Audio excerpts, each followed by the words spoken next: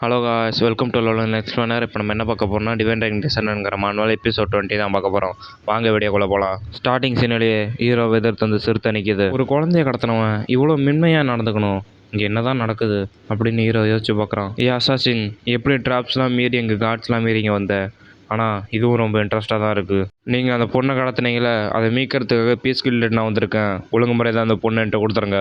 நான் இங்கே ஒரு வேலைக்காக தான் வந்திருக்கேன், அதனால் இது பிஸ்னஸ் மாரி முடிச்சிடும், எந்த பிரச்சனையும் பண்ண வேணாம் அப்படின்னு ஹீரோ சொல்கிறான். நான் அதை ரெஃப்யூஸ் பண்ணுறேன் அப்படின்னு சொல்லிட்டு அந்த சீட்டா ஹீரோவை அட்டாக் பண்ணி எட்டி வந்து உதைக்குது. லேட் ஹீரோ எஸ்கேப் ஆகிட்டேன். நான் எதிர்பார்த்தபடி தான் இவன் இப்படி தான் பண்ணுவான்னு எதிர்பார்த்தேன்.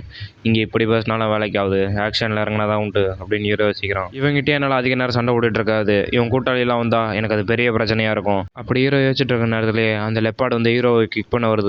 அந்த நேரத்தில் ஹீரோ அவன் டிவைனை யூஸ் பண்ணி அனலைஸ் பண்ணுறான். அந்த மான்ஸ்டர் அட்டாக் பண்ணதில் அங்கே நிலைமை புலந்திருக்கு. அந்த அட்டாக்ல ஹீரோ எஸ்கேப் அந்த மான்ஸ்டர் பின்னாடி வந்து ஹீரோ அட்டாக் பண்ண வரான். அப்போ அந்த மான்ஸ்டர் யோசிக்குது, இவன் என்ன இவ்வளோ ஸ்பீடாக இருக்கான். அப்படி அந்த லிப்பாடு யூஸ் இருக்க நேரத்தில் ஹீரோ அந்த காப்பி பண்ண பீஸ் அட்டாக் யூஸ் பண்ணுறான். அது கையாலேயே பிடிச்சது. அந்த அட்டாக் அந்த மான்ஸ்டர் பிடிச்ச வகத்துக்கு ரெண்டு பேருமே பறக்குறாங்க.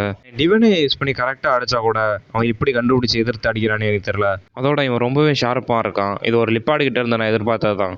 அந்த மனுஷன் பின்னாலேட்டு அட்டாக் பண்ணது என் கையவே கிச்சிடுச்சு. இந்த ஹியூமன் அசாசினுக்கு பவர், ஸ்கில், டைம் எல்லாமே கரெக்டாக இருக்குது. இதை வச்சு கணக்கு பண்ணால் இவன் என் அளவு இருப்பான்.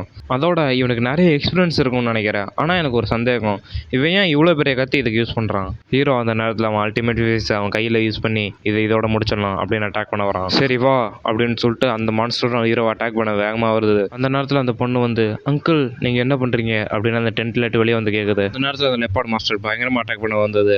இப்படி ஸ்டாண்டாக நின்று உன்னை நான் வெளியே வரேன்னு தானே சொன்னேன், நீ இப்போ உள்ளே போ அப்படின்னு சொல்லுது. மறுபடியுமா? இவன் ஒருவேளை இவன் கடத்திருக்க மாட்டானோ, இவ்வளோ சாஃப்டாலாம் நடந்துக்கிறான், இல்லைனா ஏன் அவ்வளோ இவ்வளோ முக்கியமான நடத்துகிறான் அப்படின்னு ஹீரோ அதெல்லாம் பார்த்து யோசிச்சுட்டு இருக்கான். அந்த நேரத்தில் ஹீரோ அது கையில் அட்டாக் பண்ணதை பார்த்து அந்த பொண்ணு, அங்கிள் உங்களுக்கு வலிக்குதா அப்படின்னு கேட்குறா.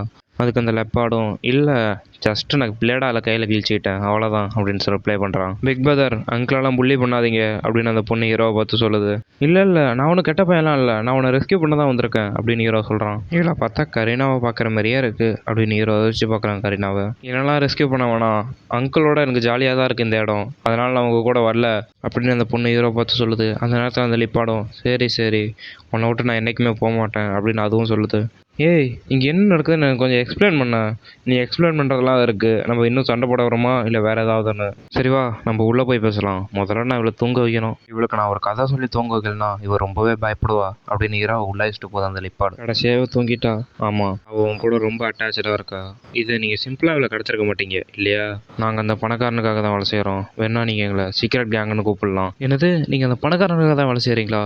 அப்புறம் அவங்க பொண்ணை நீங்கள் கிட்னாப் பண்ணணும்? அது காரணம் பணம் தான். ஏன்னா மற்ற கில்ட்ட போய் இதேமாதிரி ரெக்வஸ்ட் கொடுத்து அதுக்கு இழிப்பிட்டா காசு வாங்குறது அவனோட பொழப்ப. இதெல்லாம் கேட்ட ஹீரோ, ஓ, எல்லா கில்ட்டையும் போய் இதேமாதிரி ரெக்வஸ்ட் கொடுத்து ஏமாற்றி அவங்கள்ட்ட பணம் பறிக்கிறதா?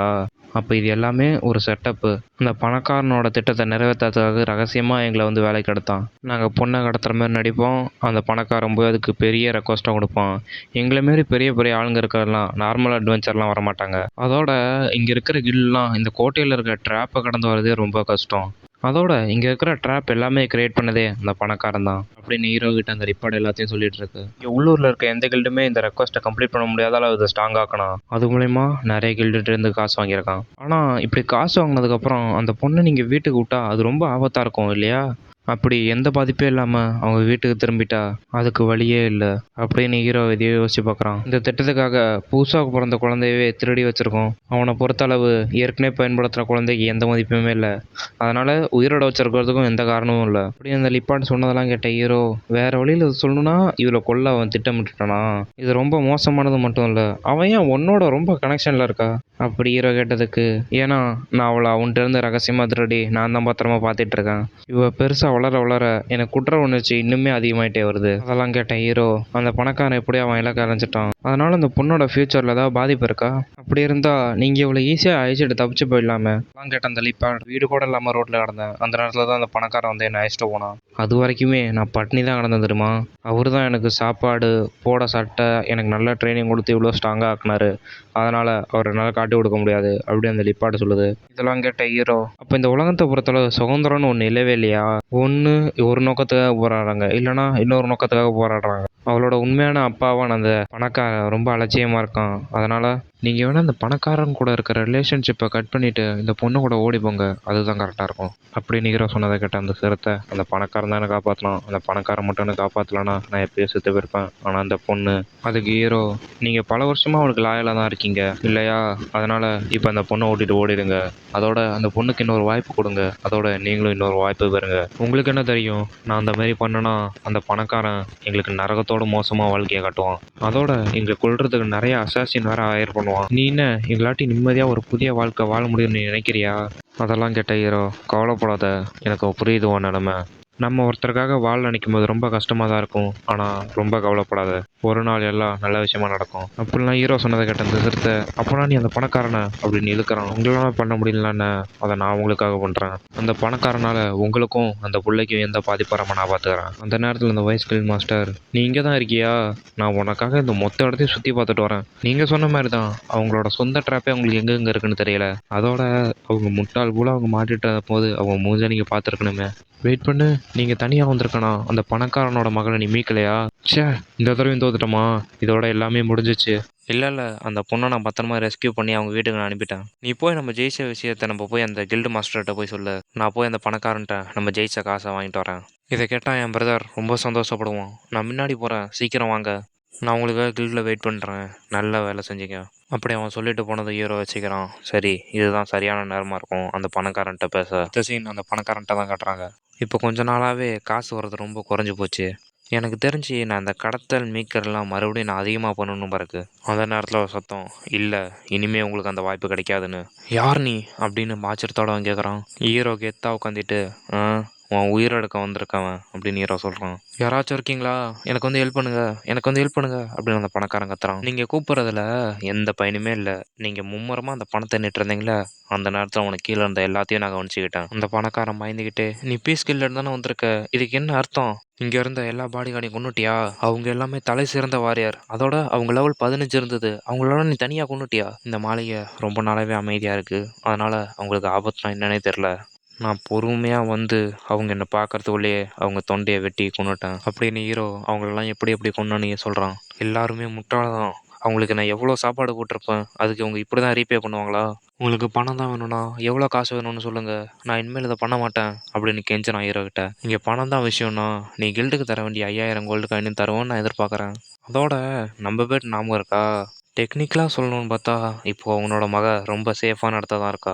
அதோட நீ நிறைய குழந்தைய வளர்க்குற நான் கேள்விப்பட்டேன், அந்த குழந்தைங்களாம் என்ன உனக்கு பணம் சம்பாரிச்சு கொடுக்குறாங்களா, அதை தெரிஞ்சுக்க நான் ரொம்ப ஆர்வமாக இருக்கேன். ஹீரோ அவன் கழுத்தில் கத்தியை வச்சது கேட்டதும், ஆமாம் அப்படி தான் நடக்குது, என்னோட பிளான் மட்டும் கரெக்டாக நடந்தால் அவங்க நிறைய காசு கொண்டு வந்து கொடுப்பாங்க, நீங்கள் எனக்கு இதை உதவி பண்ணிங்கன்னா இன்னும் நிறைய காசு நம்ம வாங்கலாம்.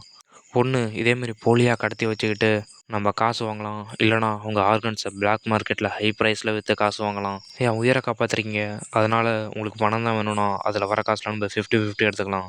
என்னது, நீங்கள் குழந்தையோட உறுப்பை தேடி விற்க போறியா? சரிதான், இந்தமாரி போலியாக கடத்துறதுக்கு பதிலாக இது ரொம்ப ஈஸி தான். அதுக்கு அந்த பணக்காரன், இது போதாதா, இதில் நிறைய காசு வரும், உனக்கு வேணுங்கிற அளவு நீங்கள் காசு எடுத்துங்க. அதுக்கு ஹீரோ, எனக்கு கொஞ்சம் பேராசை அதிகம், எனக்கு அது இல்லாமல் இன்னொரு விஷயமும் இருக்குது, அது என்னன்னு சொல்லுங்கள், அதை என்னால் எடுத்துகிட்டு வர முடிஞ்சா கன்ஃபார்ம் உங்களுக்கு எடுத்துகிட்டு வந்து தருவேன், அது என்னன்னு என்கிட்ட சொல்லுங்கள் அப்படின்னு அந்த பணக்காரன் ஆர்வத்தோட கேட்குறான். அது உன்னோட லைஃப் தான் அப்படின்னு ஹீரோ அந்த அப்யூஸ் அட்டாக் யூஸ் பண்ணி அந்த பணக்காரனை கொள்கிறான். அதோட அந்த ஸ்கீனை கட் பண்ணி அடுத்த நாள் காலையில் என்ன நடக்குதுன்னு தான் கட்டுறாங்க. இந்த பாருங்க, இது எந்த பெரிய சண்டை நடந்த மாதிரியும் தெரியல, அவங்க முதுகுலையும் அவங்க கழுத்துலையும் கட்டின மாதிரி தான் தெரியுது. அதோட ஒரே நைட்டில் மொத்தமே அழிஞ்சிடுச்சு. அந்த பணக்காரன் அவன் பெட்ரூமில் தான் கண்டுபிடிச்சாங்க, ஆனால் அவன் ரொம்ப மோசமான நிலையில தான் இருந்தான். யார் தான் இப்படி பண்ணியிருப்பா? அவன்கிட்ட ஒரு லெட்டர் இருந்தது, அந்த லெட்ரு அவனோட இதயத்தை தொலைச்சிட்டு இருந்தது. அது அவனுக்கு ரொம்ப வலியோட இருந்திருக்கணும். அவன் மேலே யாரோ ரொம்ப கோவத்தில் இருந்திருக்காங்க, அவங்க தான் இப்படி பண்ணியிருக்கணும். அதோட அவன் பக்கத்தில் இன்னொரு வாக்குமூல கடிதமும் கிடந்தது. அந்த கடிதத்தில் இருந்த குற்றப்படி பார்த்தா இவன் செத்துறதை ஆச்சரியப்படுறதுக்கு அவசியமே இல்லை. இந்த கடிதம் அவர் சாவறதுக்கு முன்னாடியே இருக்க கடிதம் தான் நினைக்கிறேன். அந்த லெட்டரில் அவர் பண்ண இல்லீகல் விஷயம்லாம் இருக்குது. ஒரு சிங்கிள் ஷாட்டாக அவனோட இதயத்தை பின்னால் நட்டு ஓட்ட போட்டிருக்கா. எதுவும் இல்லை, மொத்தவனோட அந்த காயம் எனக்கு நல்லாவே தெரியும், எந்த பெரிய காயமே இல்லை, அதுவும் அந்த வெண்டன்ட்ட அந்த அபியூஸ் ஸ்கில், இது எங்கள் அசாசின் கில்டுக்கே இருக்கிற உரிய ஸ்கில். விசாரணை பண்ணதில் அந்த கில்டு இதில் பண்ணலன்றது, அப்போ யார் தான் இதை பண்ணியிருப்பா? அப்படின்னு அந்த பொண்ணு யோசிச்சு பார்த்ததில் அந்த ஹியூமன் வாரியராக தான் இருப்பான். அந்த அரேனாவில் கடைசியாக என்ன அடித்தது நான் இன்னுமே ஞாபகம் வச்சுருக்கேன். அது என்னோட அபியூஸ் அட்டாக் போலயே ஒத்து போச்சு. ஆனால் அவன் அசாசின் கில்டுட்டு வந்தவன்ல, எந்த சந்தேகமும் இல்லாமல் அவன் ஒரு வாரியர் தான். ஆனால் எப்படி அவனால் அது பண்ண முடிஞ்சது? ஒருவேளை அவனால் ஸ்கில்லெல்லாம் திருட முடிஞ்சா இது நல்ல தகவலாக இருக்கும். இது எப்படியாவது பிரான்ச் அசாசின் கில்ட் லீடர்கிட்ட போய் சொன்னோன்னா மறுபடியும் என்ன இந்த கில்டில் சேர்த்துப்பாங்க. அசாசின் கில்டு எப்பயுமே துரோகிகளையும் இந்தமாரி ஸ்கில்லை திருடுறவங்களையும் சும்மாவே விடாது. இதை மறுபடியும் என்னை சேர்த்துக்க ஒரு வாய்ப்பாக கூட இருக்கலாம். இதை நான் போய் சீக்கிரம் கில்டு லீடர்கிட்ட நான் இன்ஃபார்ம் பண்ணணும் அப்படின்னு சொல்லிட்டு அந்த கேட் கிளம்புறான். அடுத்த சீன் பீஸ் கில்டில் தான் கட்டுறாங்க. ஹீரோ கொண்டு வந்த காயினை பார்த்து அந்த கில்டு லீடர் சொல்கிறான், நீ உண்மையாலுமே யார் உங்கள்ட்ட கொண்டு வந்துட்டியா? எனக்கு நம்பிக்கை இருந்தது இந்த ரெக்வஸ்ட்டை நீ கம்ப்ளீட் பண்ணுவேன்னு. அந்த பணக்காரனை யாரோ கொண்டுட்டாங்கன்னு நான் கேள்விப்பட்டேன். எனக்கு தெரிஞ்சு நீ வந்ததுக்கப்புறம் தான் அது நடந்திருக்கும். நீங்கள் மட்டும் போய் அந்த தங்க காசு வாங்கலன்னா இந்நேரம் அந்த காசே நம்மளுக்கு கிடச்சிருக்காது அப்படின்னு அந்த நெட்டையாக இருக்கிறவன் சொல்கிறான். இருந்தாலும் பணக்கார பண்ண இல்லாதப்போ வெளியே வந்துருச்சு. அதுக்கு அவன் சத்தது மட்டுமே அது கரெக்டாக இருக்காது. அதை நினச்சாலும் எனக்கு அவ்வளோ இல்லை. உங்கள் ரெக்வஸ்ட் முடிஞ்சது, அதோட நானும் லெவலப் பண்ணேன். இந்த பணக்காரனையும் அவன் கூட்டத்தையும் கொண்டதுக்கப்புறம் இந்த சிஸ்டம் எனக்கு ஒரு போனஸ் கூட கொடுத்தது. இந்த மாதிரி எதிரிகளை கொண்டா நிறைய எக்ஸ்பீரியன்ஸ் பாயிண்ட் கிடைக்குது. அதோட லெவலப் பண்ணவும் ஈஸியாக இருக்குது அப்படின்னு ஹீரோ யோசிச்சு பார்க்குறான். நீங்கள் லெவலப் பண்ணீங்களா? அதுக்கு வாழ்த்துக்கள். நீங்கள் கில்டோட ஹானர் மட்டும் காப்பாற்றலை, எங்களுக்கு ஒரு புதிய வாய்ப்பையும் கொடுத்துருக்கீங்க. நீங்கள் கொடுத்த இந்த தங்க காசில் ஆளுக்கு பாதி பாதியாக பிரிச்சுக்கலாம். எனக்கு 2500 கோல்டு காயின்லாம் வேணாம். எனக்கு ஒரு 250 கோல்டு காயினே போதும். மீதி இருக்கிறதெல்லாம் வீடு இல்லாத குழந்தைங்களுக்கும் போராடுற குடும்பத்துக்கும் டொனேட் பண்ணிடுங்க அப்படின்னு கில்டு மாஸ்டர் சொன்னதுக்கு ஹீரோ சொல்கிறான். அப்படி ஹீரோ சொன்னதை கேட்ட 3 பேரும் என்னது டொனேட் பண்ணுமா அப்படிங்கிற மாதிரி பார்க்குறாங்க. ஆமாம், இதை டொனேட் பண்ணிடுங்க. நிறைய பேத்துக்கு இந்த பணம் தேவைப்படுது. எனக்கு தேவையான 250 காயினை மட்டும் நான் எடுத்துக்கிறேன். சரி, உங்களை நான் நெக்ஸ்ட் டைம் மிஸ் பண்ணுறேன் அப்படின்னு ஹீரோ சொல்லிட்டு அந்த பேஸ்குள்ள விட்டு கிளம்புறான். நேரத்தில் அந்த கில் மாஸ்டர், உனக்கு திறமை மட்டும் இல்லை, நல்ல பிறந்து விருந்த மனசும் இருக்கு. உண்மையாகவே யாருக்கு தான் மனசு வரும் இவ்வளோ காசை விட்டு தர? சரி, அவர் சொன்னபடியே மீதம் இருக்க எல்லாத்தையும் தேவைப்படுறவங்களுக்கு நம்ம டொனேட் பண்ணிவிடும். என்ன புரிஞ்சுதா? புரிஞ்சது கில் மாஸ்டர் அப்படின்னு எல்லாம் சொல்கிறாங்க. நான் இப்படியோ லெவல் 11 வந்துட்டேன். லெவல் 12 இன்னும் கொஞ்சம் தான் இருக்குது. அதுதான் என்னோட டார்கெட். எனக்கு தெரிஞ்ச சாக்குரா இங்கே தான் இருக்கணும்னு நினைக்கிறேன். அவள் என்னை பார்க்கும்போது நிச்சயமாக ஆச்சரியப்படுவா. என்னோட இந்த பிளாக் ஆர்மர் செட்டுக்கு தான் நான் நன்றி சொல்லணும். ஏன்னா இதை போட்டிருக்கும் போது நான் வித்தியாசமாக ஃபீல் பண்ணுறேன். நான் சாக்குராவுக்காக அட்வென்ச்சர்களில் வெயிட் பண்ணணும்னு நினைக்கிறேன் அப்படின்னு ஹீரோ வச்சுட்டு இருக்கப்பே முன்னாடி ஒரு கூட்டத்தை பார்க்குறான். இங்கே என்ன இவ்வளோ பேர் இருக்காங்க, அப்படி என்ன தான் நடக்குது அப்படின்னு ஹீரோ அந்த கூட்டத்தில் எட்டி பார்க்குறான். அந்த நேரத்தில் சாக்குரா முன்னாடி சொர்ணாக்கா மாரி ஒருத்தன் நின்றுட்டு, நான் யாருன்னு தெரியுமா? நான் தான் பேஸ்மேன் கம்பெனியோட பிரசிடென்ட்டோட ஒய்ஃப் ஆஃப் பேஸ்மேன். எப்படி என் பையன் மேலே மோதிருப்ப? நீ அவன்கிட்ட மன்னிப்பு கேட்டே ஆகணும் அப்படின்னு சாக்குரா கிட்ட சொல்லிட்டு இருக்கா. அதுக்கு சாக்குரா, மேடம் நான் உங்கள்கிட்ட முன்னாடி எக்ஸ்பிளைன் பண்ண மாதிரி தான் உங்கள் பையன் தான் வந்து என் மேலே மோதினான். அதோட நான் இங்கே ஒருத்தருக்காக இங்கே வெயிட் பண்ணிட்டு இருந்தேன். அதுக்கு அந்த சொர்ணாக்கா, இந்த ஆஃப் பேஸ்மேன் நாங்கள் போய் சொன்னோம் நீ எப்படி சொல்லுவ? நாங்கள் போய் சொன்னோம் நீ சொல்கிறியா? உன்ன மாதிரி ஒருத்தி பக்கத்துலலாம் நாங்கள் வரவே மாட்டோம். ஏன்னா ஆஃப் பேஸ்மேன்லாம் ரொம்ப வெறுக்கத்தக்கவங்க. அதுக்கு அந்த சொர்ணாக்கா பையனும், ஆமாம் அதுதான் உண்மை. உங்களை போல ஒருத்த மேலே நான் மோதுவேனா? நீங்கள் தான் போய் சொல்கிறீங்க. அந்த நேரத்தில் அவங்க அந்த சிட்டி கார்டு, ஏய் எங்கள் யங் மாஸ்டர்கிட்ட நீ மன்னிப்பிக்கல, இது உன் நல்லதுக்கு தான் சொல்கிறேன் ஆஃப் பேஸ்மேன். சாக்குரா, நீங்கள் என்னை சந்தேகப்பட்டாலும் எனக்கு கவலை இல்லை. ஆனால் என்னை இப்படி நடத்தினா நான் சும்மா விட மாட்டேன். இங்கே சுற்றி நிறைய பேர் இருக்காங்க. அதில் உண்மையாக என்ன நடந்துச்சுன்னு பார்க்க ஒருத்தர் கூட இருக்க மாட்டாங்க அப்படின்னு சாக்குரா சொன்னதும், யாருமே வரல, அதனால யாருமே எனக்கு பேச தயாரா இல்லையா அப்படின்னு சாக்குரா கேட்குறா. அந்த சொர்ணாக்கா சாக்குரா ஒரு அறை விட்டு, ஏய் ஆஃப் பேஸ்மேன் ஒழுங்கா மன்னிப்புகள், இல்லைன்னா உன்னை ஜெயிலில் பிடிச்சி போட்டுருவோம் அப்படிங்குது. அதுக்கு அந்த சிட்டி கார்டும், சே என்ன ஒரு தொந்தரவா இருக்கு, உன் இடம் அறிஞ்சு பேசு முட்டாள் அப்படின்னு சாக்குராவை திட்டுறான். அப்பயும் சாக்குரா, நான் மன்னிப்பு கேட்க மாட்டேன் அப்படின்னு பிடிவாதமாக சொல்கிறா. உனக்கு இன்னுமா நம்பிக்கை இருக்கு? நாளைக்கு உன்னை சூரியனே பார்க்க முடியாது பண்ணுற அளவு எனக்கு பவர் இருக்கு ஆஃப் பேஸ்மேன். ஆமாம் அது சரிதான். இந்த நகரத்தோட பெரிய கம்பெனியோட பிரசிடென்ட் எங்கள் அப்பா தான் அப்படின்னு அம்மா பிள்ளையும் சேர்ந்து ஹீரோனையை மிரட்டுறாங்க. இந்த சிட்டி கார்டு வந்து, ஏய் உன் வெப்பனை ட்ராப் பண்ணு. நீ என்னதான் ஹை லெவல் அட்வென்ச்சராக இருந்தாலும் இங்கே நிறைய ரூல்ஸ் இருக்கு. சாக்குரா கொஞ்சம் சகிச்சிட்டு, மாஸ்டரோட திட்டம் நம்மளால கெட்டு போகக்கூடாது அப்படின்னு சாக்குரா தனக்கு தானே பேசிக்கிறா. சகிச்சுக்கணும் இன்னும் மட்டும் சகிச்சுக்கிட்டோம், இன்னும் கொஞ்ச நேரம் தான், நம்மளால அந்த திட்டம் அழிய வேணாம், அதனால பொறுமையாக இருப்போம் அப்படின்னு சாக்குரா முடிஞ்ச அளவு கண்ட்ரோலோட இருக்க பார்க்குறா. இந்த நேரத்தில் கூட்டத்தில் இருந்து ஹீரோ ஒரு ஜம்ப் பண்ணி வந்து அந்த சொர்ணாக்கா மூஞ்சிலே ஒரு குத்து விடுறான். அந்த சின்ன பையன் அம்மானு கத்துறான். நெக்ஸ்ட் ஹீரோ அவனை பார்த்து, நீ தாண்டா அப்படின்னு பார்க்குற போதே அவனுக்கு வேர்த்து கொட்டுது. அவனுக்கும் பாரம்பிச்ச பக்கமாக செவிலே ஒரு அடி சுற்றிட்டு போய் விழுவுறான். எல்லாரும் இங்கே என்னடா நடக்குது அப்படிங்கிற மாதிரி பார்க்குறாங்க. உங்களுக்கு எப்படி சாக்குராவை அவமானப்படுத்தி அது மேலே கையை வைக்க உங்களுக்கு யார் தைரியம் கொடுத்தா? நீங்கள் யாருன்னெலாம் எனக்கு முக்கியம் இல்லை, இப்போ அடுத்து என்ன நடக்க போதோ அதை சமாளிக்க தயாராருங்க அப்படின்னு ஹீரோ சொல்கிறான். அதோட இந்த எபிசோட் முடியுது காய்ஸ். சாரி காய்ஸ், எனக்கு இனிமேல் உடம்பு ஃபுல்லாக சரியாகல. அந்த அடிப்பட்டது இனிமேல் அதிர்ச்சி இருக்குது மேலே. அதனால் ரெகுலராக வீடியோ வரது கொஞ்சம் கஷ்டமாக இருக்கும். ஆனால் நான் முடிஞ்ச அளவு எஃபெக்ட் போட்டு தான் வீடியோ ரெடி பண்ணுறேன். எனக்காக ஒரு லைக், ஷேர், கமெண்ட் பண்ணுங்கள். மறக்காமல் சப்ஸ்கிரைப் பண்ணுங்கள். நிறைய பேர் சப்ஸ்கிரைப் பண்ணாமல் தான் பார்க்குறீங்க. அதோட இந்த வீடியோ நான் முடிச்சுக்கிறேன்.